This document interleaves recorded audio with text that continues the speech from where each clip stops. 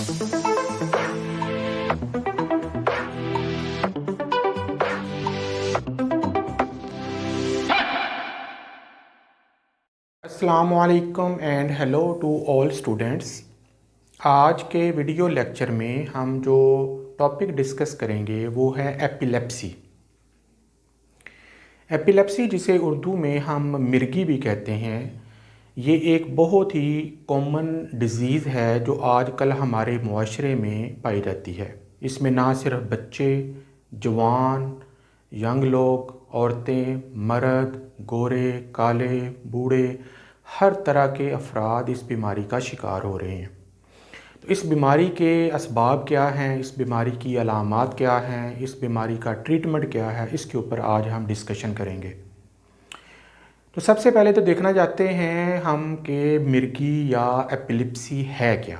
Epilepsy जो है ये बेसिकली एक ऐसी डिज़ीज़ है, एक मेंटल कंडीशन है, एबनॉर्मेलिटी है, जिसमें इंसान के ब्रेन के अंदर जो न्यूरॉन्स होते हैं उनके अंदर इलेक्ट्रिकल इम्पल्सेस यानी सिग्नल जो होते हैं वो बहुत ज़्यादा डिस्टर्ब हो जाते हैं, उनके अंदर स्पार्किंग होती है, जिसके नतीजे में सीजर्स होते हैं यानी दौरा पड़ता है। इसकी मिसाल ऐसे ले लें जैसे अगर आपके घर में बिजली का, इलेक्ट्रिसिटी का एक नेटवर्क है, अगर उसमें ज़रा सी भी ख़राबी पैदा हो जाए तो चिंगारियाँ निकलती हैं, स्पार्किंग होती है और पूरे का पूरा घर का जो सर्किट है वो डिस्टर्ब हो जाता है और तमाम लाइट्स ऑफ हो जाती हैं। बिल्कुल इसी तरीके से ब्रेन के अंदर किसी ख़ास मुकाम के ऊपर ये स्पार्किंग स्टार्ट हो जाती है, न्यूरॉन जो हैं वो प्रॉपर फंक्शन नहीं कर पाते और पूरी बॉडी का जो सेंट्रल नर्वस सिस्टम है वो मफलूज हो जाता है, जिसके नतीजे में सीजर्स आते हैं। अब सीजर जो हैं ये क्या है, सीजर की मैंने डेफिनेशन यहाँ पे लिखी है, उसके ऊपर उसको फिर मैं समझाता हूँ। सडन, अचानक आता है, ये नहीं मिर्गी का जो दौरा है, सीजर है, जब भी होगा अचानक होगा। अनकंट्रोल्ड, ये किसी इंसान के कंट्रोल में नहीं होगा, यानी आप उसको कंट्रोल नहीं कर सकते, रेगुलेट नहीं कर सकते। इलेक्ट्रिकल डिस्टर्बेंस, हमारे ब्रेन के अंदर, नर्वस सिस्टम के अंदर मौजूद जो न्यूरॉन्स हैं उनके जो इलेक्ट्रिकल सिग्नल हैं वो डिस्टर्ब हो जाते हैं, जिसकी वजह से ये प्रॉब्लम आता है। अब ये जो सीजर्स होते हैं उसके नतीजे में एक दौरे की कैफियत आती है जो चंद सेकंड से लेकर चंद मिनटों तक और चंद घंटों तक हो सकता है, depending upon the type of the epilepsy. अब एपिलेप्सी जो है उसकी सबसे पहले हम डिस्कस करते हैं डिफरेंट टाइप्स। तो मेरे पास जो है उसकी पहली टाइप है वो है फोकल सीजर। दूसरी टाइप जो हम डिस्कस करेंगे वो है जनरलाइज सीजर्स और तीसरी जो है वो है अननाउन सीजर्स। तो मिर्गी जो है, एपिलेप्सी जो है, इसमें क्योंकि दौरे ही पड़ते हैं, सीजर्स ही होते हैं, इसलिए हम ज़्यादा हमारा जो टारगेट होगा वो सीजर को समझने पर होगा। अगर हम फोकल सीजर की बात करें, फोकल दौरे की बात करें, तो ये मेरे पास एक ब्रेन की डायग्राम है।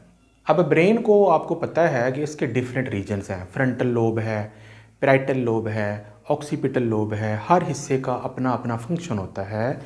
जब भी सीजर या ब्रेन के अंदर जो इलेक्ट्रिकल डिस्टर्बेंस होती है वो किसी एक ख़ास मुकाम पर हो, किसी एक ख़ास पार्ट के अंदर हो, किसी एक ख़ास लोब के अंदर हो, और वो लोब बॉडी के जिस फंक्शन को भी रेगुलेट कर रही होती है, कंट्रोल कर रही होती है, वो हिस्से डिस्टर्ब हो जाते हैं, ऐसे सीजर को हम फोकल सीजर कहते हैं। अब फोकल सीजर में भी आगे दो टाइप्स हैं, या तो बंदा अपने होशो हवास में रहता है, कॉन्शियस रहता है, या फिर अपने होशो हवास से बेगाना हो जाता है यानी बेहोश हो जाता है। दोनों सूरतें जो हैं वो पॉसिबल हो सकती हैं दौरे की हालत में। और इसका जो सिम्टम है, इसकी जो ट्रीटमेंट है वो फिर हम बाद में डिस्कस करते हैं। जो दूसरी टाइप है एपिलेप्सी की, जिसमें जो सीजर्स हैं वो जनरलाइज कहलाते हैं। जनरलाइज सीजर में अगर आप डायग्राम देखें तो इसमें ब्रेन का एक बहुत बड़ा हिस्सा और बहुत सारे पार्ट्स अफेक्टेड होते हैं और उनके अंदर इलेक्ट्रिकल डिस्टर्बेंस हो जाती है, जिससे पूरी बॉडी का निज़ाम जो है वो टोटल ओवरऑल जो है वो मुतासर हो जाता है। और इसका जो सीजर होगा वो बड़े पैमाने पर होगा, इसकी सिम्टम जो हैं वो बड़े पैमाने पर होंगी, इसकी जो कैफियत हैं वो बड़े पैमाने पर होगी। इसको भी फिर हमने आगे बहुत सारी टाइप्स में जो है वो क्लासीफाई किया होगा। उसमें एब्सेंस सीजर्स हैं, ये आमतौर पर बच्चों में होते हैं।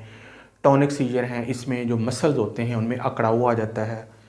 एटॉनिक सीजर और क्लोनिक सीजर में मसल आमतौर पर रिलैक्स हो जाते हैं और इंसान गिर जाता है, कोलैप्स हो जाता है। इसी तरह से मायोक्लोनिक सीजर हैं। तो आगे फिर इनकी आगे टाइप्स हैं, फिर आगे इनकी सिम्टम्स हैं, फिर आगे इनका अलग अलग ट्रीटमेंट है। तो मैंने सिर्फ उसको जनरलाइज उसकी कुछ टाइप्स जो हैं वो डिस्कस कर दी हैं। तीसरी जो किस्म है सीजर्स की जो एपिलेप्सी में पड़ते हैं वो हैं अननोन सीजर्स।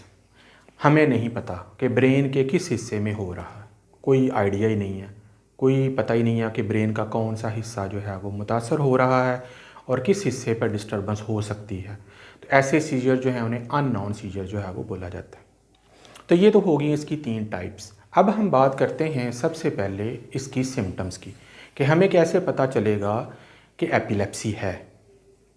तो इसकी सिम्टम जो हैं वो जज करने के लिए काफ़ी होती हैं कि इस बंदे को एपिलेप्सी है।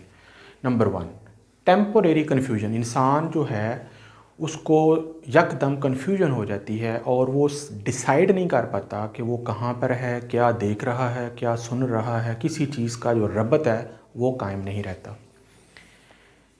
स्टेरिंग स्पेल, आमतौर पर बच्चों में देखा गया है कि बच्चे हों या बड़े हों वो किसी एक ख़ास चीज़ को स्टेयर करते हैं, उसके ऊपर नज़र टिका देते हैं और उसको घूरते रहते हैं। ये भी एक एपिलेप्सी की सबसे बड़ी निशानी है।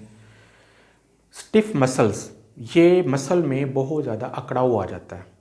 टांगों के मसल्स, हिप्स के मसल्स, बाजुओं के मसल, गर्दन के मसल। तो ये भी एक उसकी वजह से जो है इंसान अपना बैलेंस नहीं रख पाता और नीचे गिर जाता है, जिसे आमतौर पर दौरे की कैफियत कहा जाता है।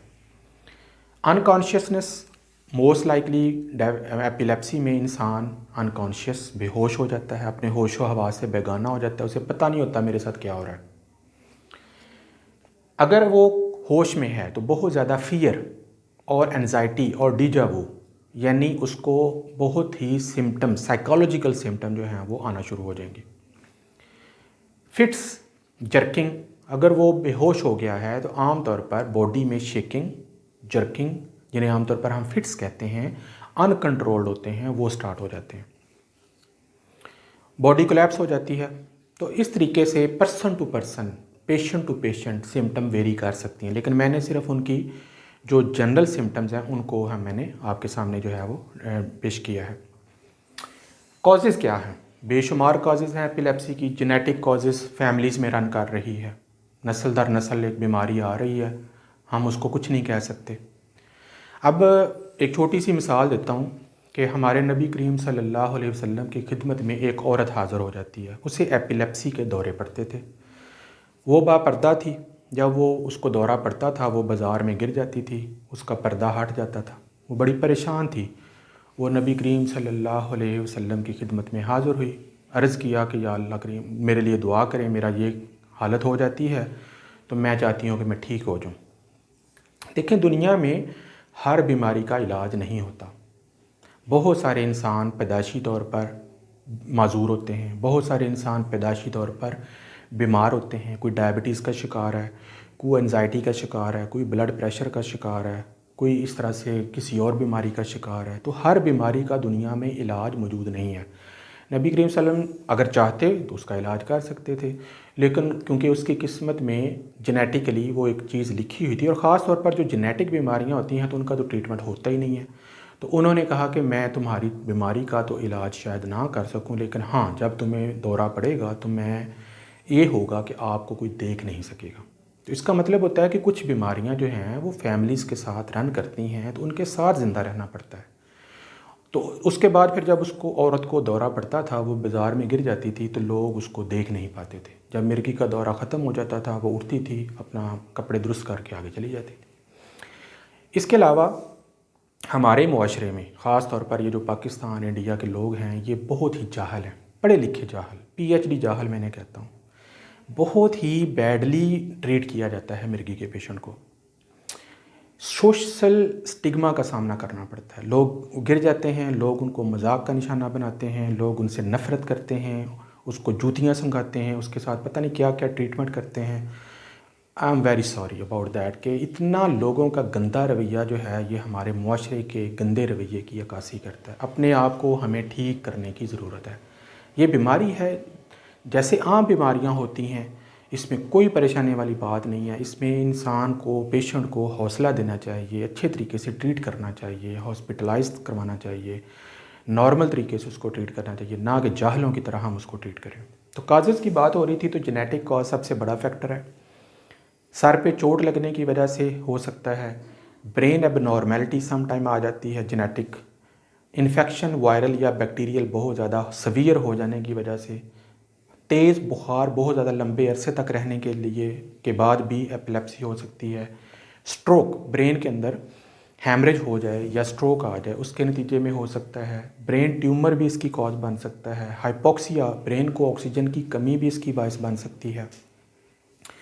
और इसके साथ साथ जो सोशल हमारा मुआशरे का दबाव है, प्रेशर है, बच्चों की शादी नहीं हो रही, इनकम कम है, खाना खाने के पैसे नहीं हैं, भूख है, गुर्बत है, इस तरह के जो मुआशरे के अंदर मसाइल हैं उनकी वजह से भी एपिलेप्सी बहुत बड़ी काज है, ख़ास तौर पर हमारे जैसे जो गरीब ममालिक हैं, जो डेवलपिंग कंट्रीज़ हैं। डायग्नोज कैसे करें?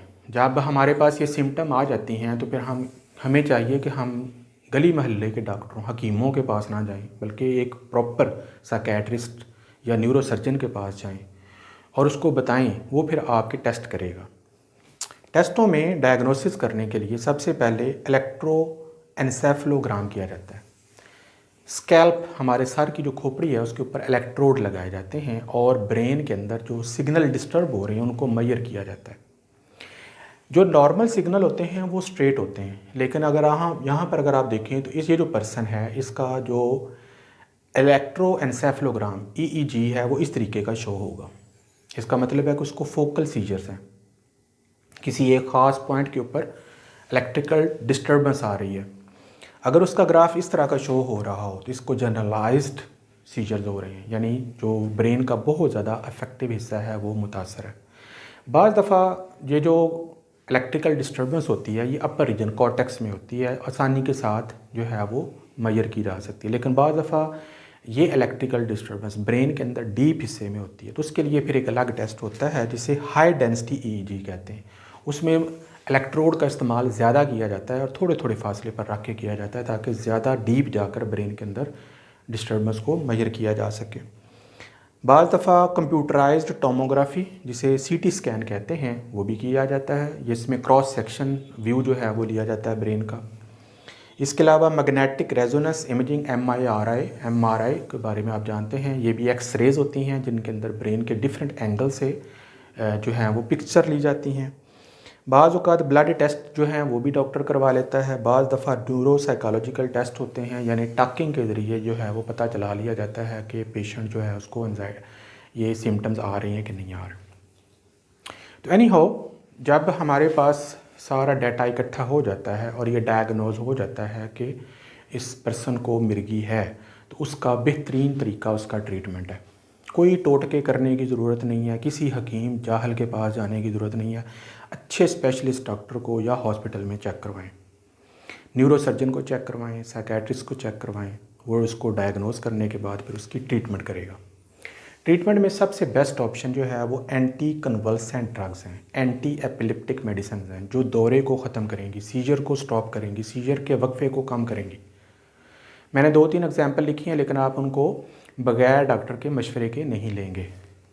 इसके अलावा टोपिरामेट है, एक साल्ट है जो कि इसके इलाज के लिए इस्तेमाल होता है। इसके अलावा लेवीटेरासिटम, ये भी इस्तेमाल होता है। इसके अलावा लेमोट्रिग्रीन, ये भी इस्तेमाल होता है। तो ये मुख्तलिफ साल्ट हैं, वो फिर डॉक्टर पेशेंट की नोयत के ऊपर डिपेंड करते हुए डिफरेंट साल्ट को और डिफरेंट डोजेज़ में उसको यूज़ करवाता है। जितनी सिम्टम ज़्यादा होंगी उतनी डोज़ ज़्यादा होगी, जितनी सिम्टम हल्की होंगी उतनी डोज़ भी हल्की रखी जाती है। इसके अलावा बाज़ औक़ात वैगस नर्व स्टिमुलेशन की जाती है। एक नर्व है जो हमारी गर्दन से होती हुई हमारे पेट के अंदर जो है वो ब्रेन से जाती है। उसके साथ एक, जिस तरह हार्ट का पेस मेकर होता है, इस तरीके का इंस्ट्रूमेंट लगाया जाता है उस नर्व के साथ, जिसमें से इलेक्ट्रिक इम्पल्सेस निकलती हैं। उससे ये नोट किया गया है कि जो एपिलेप्सी के सीजर्स हैं वो काफ़ी हद तक कम हो जाते हैं। इसकी वजह क्या है, कैसे कम होते हैं, वो भी इसके ऊपर रिसर्च हो रही है। इसके अलावा कीटोजेनिक डाइट है। इसमें क्या होता है कि लिपिड्स की मिकदार फूड में ज़्यादा कर दी जाती है और कार्बोहाइड्रेट्स फिनिश कर दिए जाते हैं। इससे भी देखा गया है कि बहुत सारी मिकदार में एपिलेप्सी के जो सीजर हैं वो कम हो गए हैं।